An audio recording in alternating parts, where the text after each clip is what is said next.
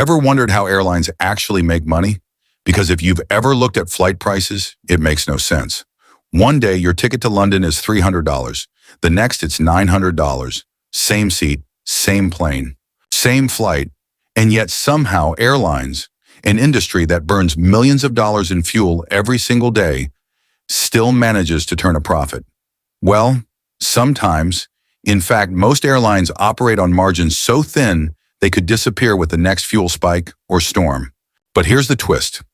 The real money in aviation isn't always from the passengers sitting in economy.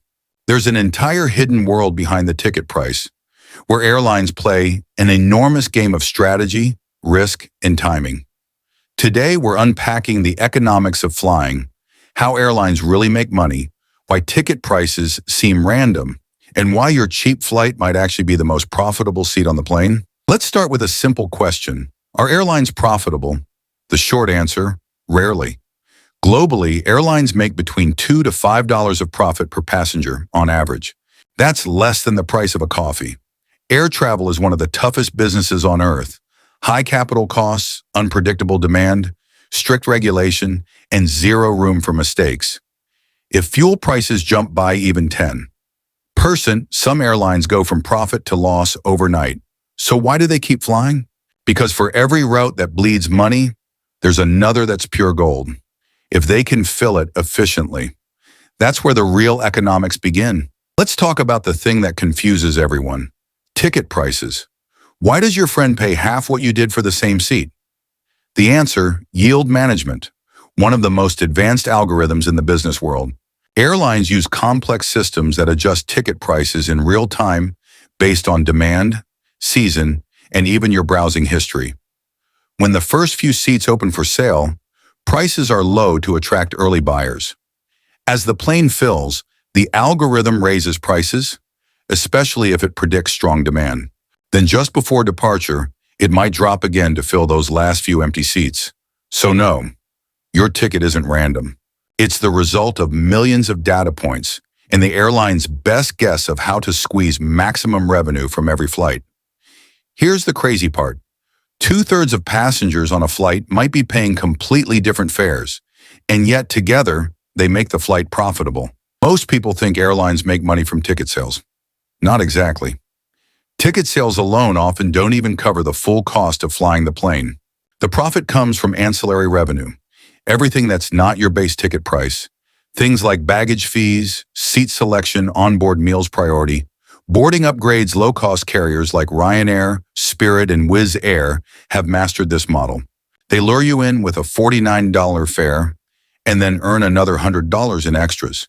It's not sneaky, it's strategic. In 2023, ancillary revenue made up over 45% of total income for budget airlines. Even traditional carriers like Delta or Lufthansa now rely heavily on it. But there's another, even bigger source of money, one that most passengers never see. Beneath your feet, in the cargo hold of every passenger plane, sits one of the most profitable parts of aviation: freight. Every time you fly, your luggage might be sharing space with mail, medicine, or even car parts being shipped globally. Air cargo is a multi-billion-dollar business. For some airlines, cargo brings in up to 30% of total revenue, especially during times when passenger numbers drop. During the pandemic, many passenger jets were even converted into freighters, passenger freighters, to keep cash flowing when nobody was flying.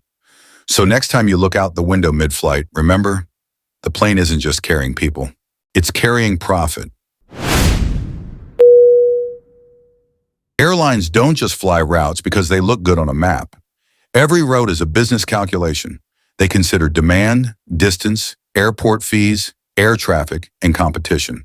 Opening a new route can cost millions, and it can take years to turn profitable.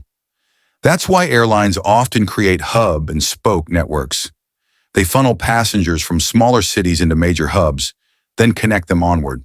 This allows one plane to serve multiple markets efficiently. For example, if you fly from Denver to Frankfurt on Lufthansa, you might be one of many passengers connecting to other European cities. That's by design. Each passenger adds value to multiple flights in the network. It's not about one flight making money. It's about the system being profitable as a whole. Fuel is an airline's biggest cost, often 30% or more of total expenses. And because oil prices fluctuate daily, airlines use a strategy called fuel hedging. That means they buy fuel contracts in advance, locking in a fixed price for months or even years. If oil prices go up, they save money. If prices drop, they lose. It's like betting on the future of the oil market. Southwest Airlines famously made billions in the 2000s from smart fuel hedging. Others weren't so lucky. When oil prices crashed, they were stuck paying above market rates. Fuel efficiency is also a huge reason why airlines invest in newer jets like the Boeing 787 or Airbus A350. Every percentage saved on fuel adds up to millions across the fleet. Here's something shocking. For many airlines, their frequent flyer program is worth more than the airline itself. Take American Airlines. Its AAdvantage loyalty program alone has been valued at tens of billions of dollars, more than the airline's market cap. How? Because these programs partner with banks, hotels, and retailers. Every time you earn or redeem miles on your credit card, someone's paying the airline. And those miles never expire easily, which means airlines get your money now and deliver the reward later, if ever. It's genius. Airlines have essentially built their own currencies, and they're among the most profitable financial ecosystems in travel. Even with all these revenue streams, airlines walk a razor-thin line. Weather delays, economic downturns, or even geopolitical tension can erase profits overnight. That's why you often see airline mergers, alliances, and code shares. It's about reducing risk. One strong network can carry weaker routes, balancing the books. The airline industry is a paradox. It's essential to the global economy, yet financially fragile. Billions of people rely on it every year, but very few airlines stay consistently profitable.